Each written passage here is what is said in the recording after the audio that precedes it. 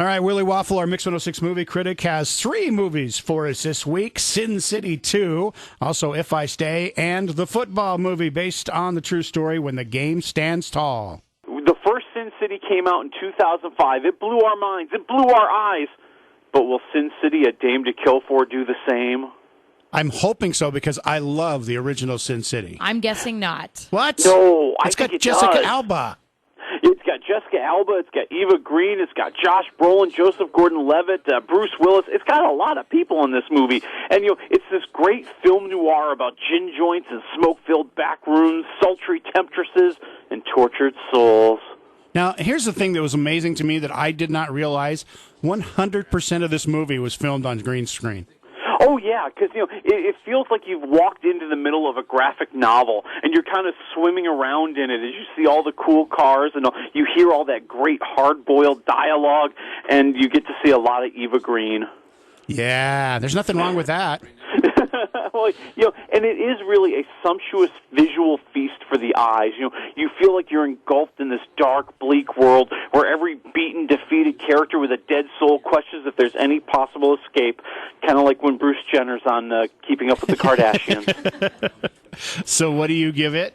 I'm going to say 3.5 waffles. I really liked it. I just think they should have done a better job kind of reintroducing some of the older characters that are coming back for this movie. Because, let's face it, that last movie came out 9 years ago. You either didn't see it or you saw it 9 years ago and you can't remember who's who.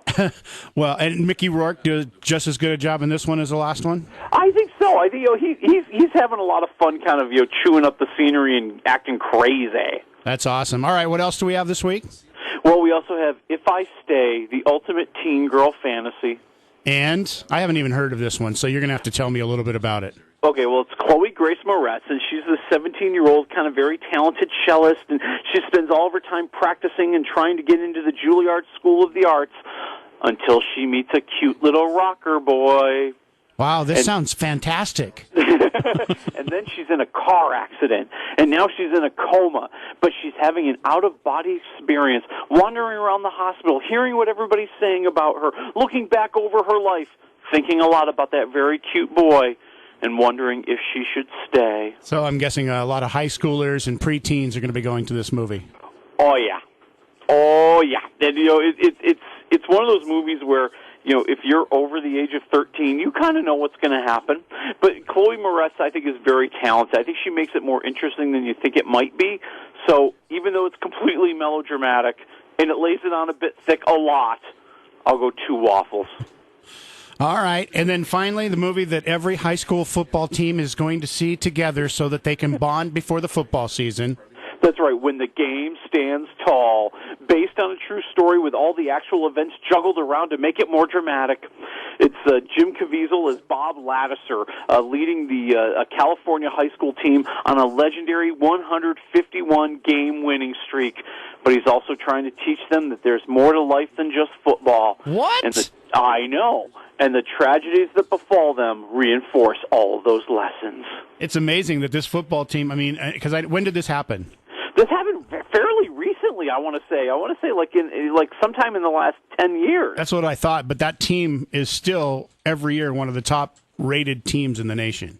Oh yeah, it's dangerous how good they are, and I think the movie kind of gets that across, and it gets across how people are all kind of ramped up about football and invested in football and probably over-invested in football. And I really enjoyed watching Michael Chiklis as the assistant coach because he adds some life to the movie because Jim Caviezel doesn't.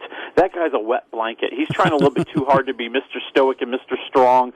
How about we go 2.5 waffles for When the Game Stands Tall? All right, so I'm geeked out for it because it's a football movie, but what about people who aren't into football or sports? Are they going to like that? Oh, yeah, because there's lots of emotional stuff, lots of weepy stuff, lots of things that everybody can relate to.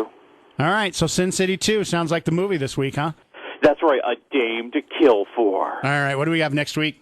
Next week, how about Pierce Brosnan in, what is he in? Oh, he's in The November Man. All right.